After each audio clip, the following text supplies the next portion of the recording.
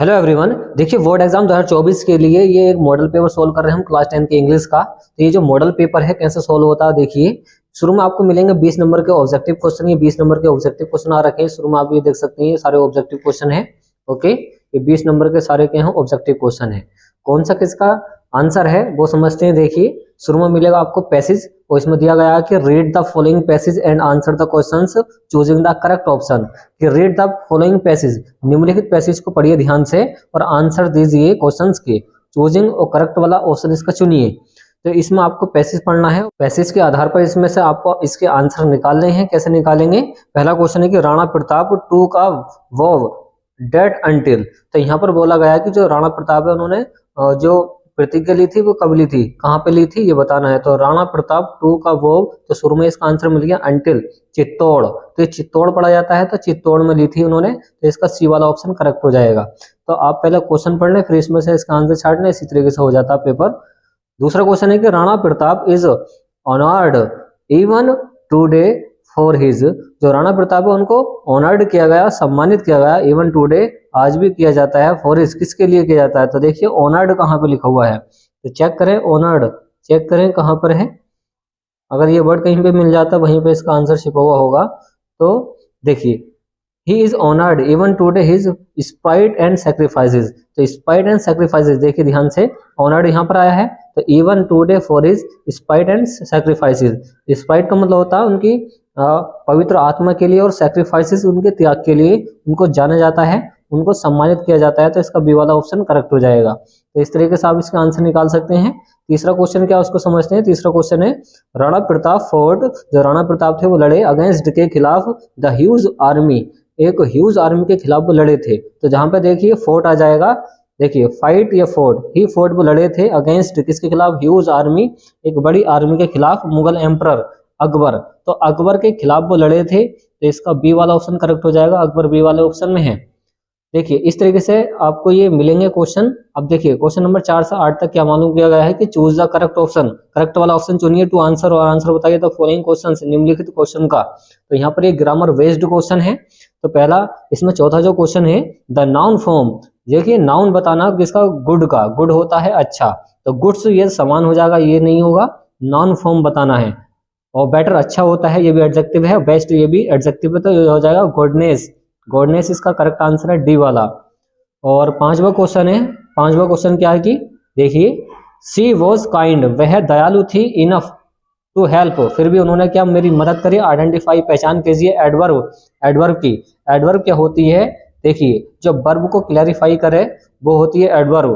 तो यहाँ पर देखिए काइंड क्या हो जाएगा, काइंड हो जाएगा एडजेक्टिव, किसी की विशेषता बता रही है, वो तो हेल्पिंग वर्ब है तो काइंड भी नहीं है। और मी तो ऑब्जेक्टिव केस है तो इनफ बचा, इनफ का मतलब होता है काफी, तो इसका जो हो जाएगा सी वाला ऑप्शन करेक्ट हो जाएगा। ओके, ये जो इनफ आया है यही क्या है, इसका एडवर्ब है। इस तरीके से आप इसको निकाल सकते हैं। चलिए नेक्स्ट वाले क्वेश्चन क्या है, क्वेश्चन नंबर 6 क्या उसको समझिए। देखिए क्वेश्चन नंबर 6 है America is that dash richest country in the world. जो अमेरिका है वो सबसे रिचेस्ट कंट्री है इन द वर्ल्ड, संसार की।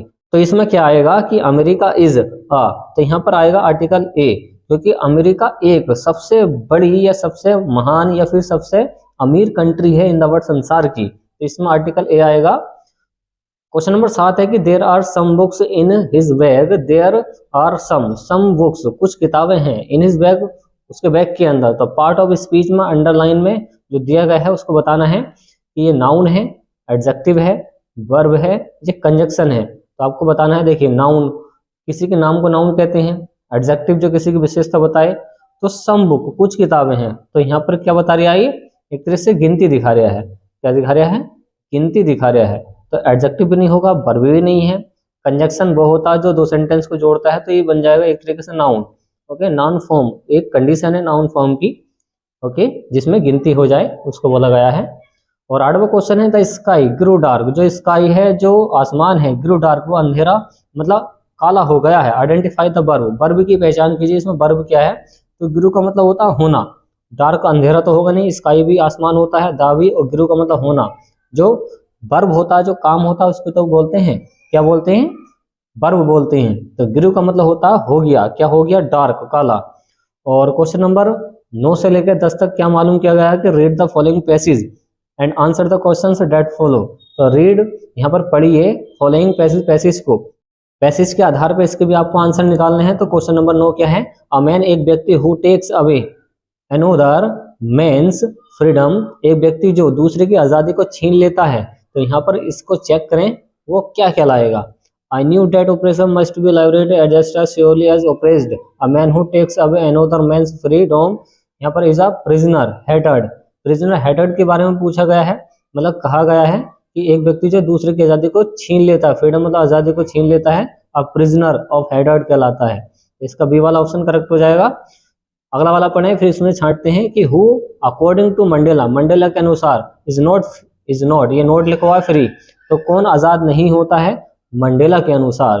अकॉर्डिंग टू मंडेला, मंडेला के अनुसार कौन आज़ाद नहीं होता है ये आपको बताना है। तो देखिए, just as surely as I not free when my freedom is taken away from me, oppressed and oppressor यहाँ पर बोला गया है, तो ऑप्रेसर भी है, ऑप्रेस्ड भी है। तो कौन आज़ाद नहीं होता है? इसमें देखिए आप बताएंगे क्या बताया गया है, उसको समझिए कि just as surely as I am not free, मैं आज़ाद नहीं हूँ, वहन जब माई फ्रीडम, मेरी आज़ादी, इस टेकन अवे, वो छीन लेता है, फ्रॉम मी, मुझसे। तो द ऑप्रेस्ड, वो सताया जाता है, एंड द ऑप्रेसर, जो सताता है। देखिए, ऑप्रेसर होता है सताने वाला, ऑप्रेस्ड होता है जिसको सताया गया है, अलाइक आर रोब्ड, उनको लूट लिया जाता है, देयर ह्यूमनिटी, उनकी मानवता को। तो यहाँ पर कौन आज़ाद नहीं होता है? यहाँ पर बोला गया था, देखिए ब्लैक लोगों के बारे में बात की गई थी, इस वाले नेल्सन मंडेला में ब्लैक लोगों के बारे में बात की थी, तो उनकी आज़ादी क्या है? छीन ली थी। तो मंडेला के अनुसार कौन आज़ाद नहीं होता है? तो यहाँ पर कौन आज़ाद नहीं होता है? ब्लैक लोग। ब्लैक लोग क्यों? क्योंकि ब्लैक लोगों की हर जगह बेइज्जती होती है, तो उसके आधार पर क्या होता है, वो अंदर से घुटते रहते हैं। तो उनको बोला गया है कि अकॉर्डिंग टू मंडेला, मंडेला के अनुसार कौन फ्री नहीं है? तो ब्लैक लोग फ्री नहीं है, तो इनको ये फ्री कराते हैं, ओके, इनकी सोच से। और क्वेश्चन नंबर 13 से, मतलब 11 से 13 क्या है कि based on your understanding of the prose lesson. तो प्रोज लेसन के इसमें से आप क्वेश्चन मिलेंगे। अब देखिए, अगर आपने चैप्टर पढ़े हैं तो आराम से इसको कर सकते हैं कि मंडेलाज डॉटर, मंडेला की जो डॉटर थी, पुत्री थी, उसका नाम क्या था? वॉज एक्कम्पेन्ड बाई मंडेला, तो वो थी जिनानी। क्या थी? जिनानी। और 12वां क्वेश्चन है, क्या है कि पेरिस वॉज अबाउट, जो पेरिस था वो कितने किलोमीटर से बिहाइंड, पीछे था प्लॉट से, तो वो था आपका 150, ओके, 150। तो डी वाला ऑप्शन इसका करेक्ट हो जाएगा। मार्गोट वॉज बोर्न, जो मार्गोट थी यानी कि सिस्टर, वो कहाँ पे पैदा हुई थी? बोर्न इन, वो हुई थी फ्रैंकफर्ट के अंदर। सी वाला ऑप्शन इसका करेक्ट होगा।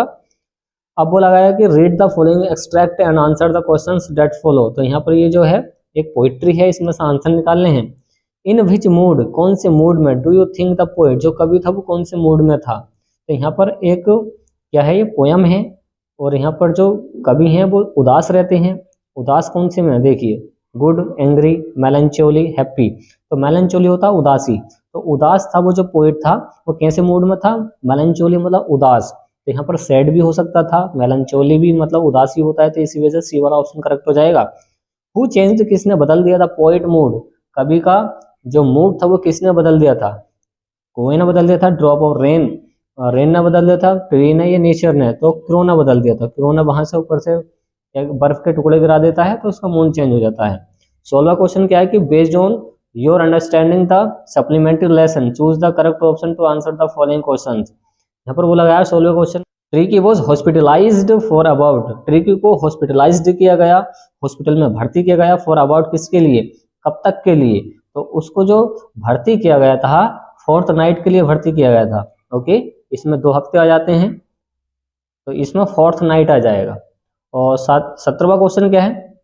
और 17वां क्वेश्चन क्या है कि in the morning how many rupees would Anil probably would give to Hari Singh to go to the cinema. In the morning, सुबह में, हाउ मैनी रुपीज, कितने पैसे दिए अनिल ने प्रोबेबली संभवतः would give to Hari Singh को, कहाँ जाने के लिए? गो टू सिनेमा, सिनेमा जाने के लिए। तो कितने पैसे मिले थे उसको? देखिए आंसर देखें इसका, 2 रुपीज, 5 रुपीज, 4 रुपीज, 1 रुपीज, तो उसको मिले थे 4 रुपीज। नेक्स्ट वाला क्वेश्चन है, where was the theatrical company shop situated, जो थ्रेटिकल कंपनी की शॉप थी वो कहाँ पे सिचुएटेड थी? तो वो थी ड्यूरी लाइन पर। तो इसका सी वाला या ए वाला ऑप्शन करेक्ट हो जाएगा, क्योंकि इसमें ऑप्शन सेम टू सेम है। तो आप कोई से भी लगा दें आपको नंबर मिल जाएगा अगर इस तरीके से क्वेश्चन आता तो गलत है वैसे ही देखा जाए तो। 19वां क्वेश्चन क्या है कि how did Ausable made Max believe there was a balcony. तो यहाँ पर बोला गया हाउ डिड ओसेबल ने कैसे मैक्स बिलीव उसको मैक्स को विश्वास दिलाया कि देयर वाज अ वेलकनी, वहां पे एक वेलकनी है। तो ही मेड हिम सेल्फ, क्या उसने वो खुद वेलकनी बनाई थी। डिटेल डिस्क्रिप्शन, डिटेल में बताया था। देयर वाज अ वेलकनी, वहां पर एक वेलकनी थी ना, इनमें से कोई नहीं। तो how did Ausable made Max belief, तो उसने कैसा विश्वास बना लिया था। तो ही मेड हिम, उसने खुद नहीं विश्वास बना लिया था कि वहां पर क्या थी, एक वेलकनी थी। तो ये क्या आंसर था, तो इसका ऑप्शन हो जाएगा देयर वाज अ वेलकनी, वहां पर एक वेलकनी थी। नेक्स्ट वाला क्वेश्चन है who was actually knocking on the door, किसने दरवाजे पर नॉकिंग किया था एक्चुअली असल में। तो वो किया था किसने, पुलिस ने। किसने, पुलिस ने, पुलिस आई थी वहां पे। और 21वां क्वेश्चन आपको मिलेगा इस तरीके से, 20 नंबर के ऑब्जेक्टिव क्वेश्चन हो चुके हैं। और 21वां क्वेश्चन मिलेगा आपको, देखिए section B descriptive type question आएंगे, 50 नंबर के आएंगे ये। तो शुरू में मिलेगा आपको पैसेज, पैसेज के आधार पर आपको इसमें से आंसर निकालने हैं। जैसे पहला इसमें क्वेश्चन रहेगा why was the shopkeepers, why was the shopkeeper surprised, shopkeeper कैसे सरप्राइज्ड हो गया था। तो इसका आंसर देखेंगे कहाँ पे चेक करेंगे, यहाँ पे सरप्राइज्ड होगा लिखा हुआ कि वो सरप्राइज्ड हो गया था। इसका आंसर आपको मिल जाएगा shopkeeper and send free and shopkeeper surprised दिया आएगा। देखिए तो यहाँ से यहाँ तक इसका आंसर मिल जाएगा पहले वाले का ये आंसर हो जाएगा। तो इस तरीके से इसमें से छांट छांट कर लिख सकते हैं। ओके चलिए, तो ये आप उम्मीद आपको आता होगा। अगर आपसे नहीं आता तो आप कमेंट बॉक्स में बता सकते हैं और हम इसको सोल्व करा देंगे शॉर्ट तरीके से, वो भी ट्रिक से। 22वां क्वेश्चन है कि answer any one of the following, तो निम्नलिखित में से किसी एक का आंसर दीजिए। तो यहाँ पर बोला है कि राइट अ लेटर, एक लेटर को लिखिए टू योर फ्रेंड, अपने फ्रेंड को, जिसमें रिक्वेस्टिंग की गई हो, अनुरोध किया गया हो, हर टू अटेंड कराने के लिए योर बर्थडे पार्टी। तो बर्थडे पार्टी में एक लेटर लिखना बर्थडे पार्टी के लिए। तो अगर आपसे ये नहीं आता तो आप बी वाला कर सकते हैं, मतलब कोई से भी कर सकते हैं दो में से। तो एक एप्लीकेशन या लेटर आपको जरूर तैयार करनी है एग्जाम के लिए। राइट एन एप्लीकेशन, एक एप्लीकेशन को लिखिए टू योर प्रिंसिपल, अपने प्रिंसिपल को, रिक्वेस्टिंग जिसमें अनुरोध किया गया हो, her to change your subject, अपने सब्जेक्ट को चेंज कराने के लिए। एक एप्लीकेशन को लिखिए अपने प्रिंसिपल को जिसमें रिक्वेस्टिंग की गई हो, her to change your subject, subject को चेंज कराने के लिए। तो ये वाला करते हैं, ये वाला करते हैं, आपकी मर्जी है। 23वां क्वेश्चन आपको मिलेगा write an article on the visit to a zoo in about 60 to 80 words. तो 60 से 80 वर्ड्स के अंदर आपको विजिट टू अ जू, विजिट टू अ जू, इस पर क्या लिखना है, एक आर्टिकल लिखना है, एक ऐसे लिखना है। अगर आपसे ये नहीं आता तो आप ये लिख सकते हैं right a composition and Indian festival. तो इंडियन फेस्टिवल मतलब दिवाली के ऊपर आप ऐसे लिख सकते हैं 60 वर्ड्स के अंदर। तो आप ये वाला कर दें, ये वाला कर दें, आपकी मर्जी है। इंट्रोडक्शन पहली हेडिंग लगाएंगे, फिर लगाएंगे theme of celebration, the story behind it, how is it celebrated, conclusion. आप इसमें से कितनी भी हेडिंग लगा दें, ओके। तो आप इसमें से बना के लिख सकते हैं। और 24वां क्वेश्चन मिलेगा आपको कि rewrite the following by changing into indirect speech. तो इनडायरेक्ट स्पीच में आपको ये क्वेश्चन आंसर चेंज करने हैं। The teacher said to the students, teacher ने स्टूडेंट से कहा do not waste your time, अपना समय बर्बाद मत करो। तो आपको चेंज करना किसमें, इनडायरेक्ट में, ओके। और बी वाला क्वेश्चन है कि change the following into passive voice. तो आपको पैसिव वॉइस में चेंज करना। पैसिव वॉइस में कैसे चेंज करते हैं आपको पता ही है, ऑब्जेक्ट का सब्जेक्ट, सब्जेक्ट का ऑब्जेक्ट बनाते हैं। जैसे कि ऑल द क्वेश्चंस आया तो शुरू में आ जाएगा ऑल द क्वेश्चंस, यहाँ पे हैज आया तो हैज बीन आ जाएगा, तो all the question has been answered by him, इस तरीके से बन जाएगा। ये वाला क्वेश्चन आ रखा कि पंचुएट द फॉलोइंग। पंचुएट का मतलब होता है विराम चिन्ह लगाना। जैसे यहाँ पर माई मदर आया है तो माई में एम बड़ा हो जाएगा, क्योंकि जब भी सेंटेंस शुरू होता है तो बड़े लेटर से शुरू होता है, तो एम होगा बड़ा। तो my mother said to me. फिर आएगा inverted commas, you should go with your sister. तो इस तरीके से इन्वर्टेड कॉमास में इसको बंद कर सकते हैं। तो इस तरीके से पंचुएट करने के लिए आता है एग्जाम में। अब आता है ट्रांसलेशन। ट्रांसलेशन करेंगे इंग्लिश टू हिंदी में, और यहाँ पर दे रखा है हिंदी टू इंग्लिश में। तो हिंदी टू इंग्लिश आपको बनानी आनी चाहिए, ओके। कैसे बनाए, आजकल को बोलते हैं क्या, टुडे, तो टुडे हो जाएगा। खेती को बोलते हैं farming, today farming is a type of, क्या बोलेंगे, बिजनेस। तो इस टाइप से बना देंगे, जैसे आपसे बनानी आती हो वहाँ तरह का बना सकते हैं। अब देखिए 6 नंबर के आप कहेंगे answer the following 30 to 40 words में आपको लिखने हैं शॉर्ट आंसर्स। क्या लिखने हैं, शॉर्ट आंसर्स।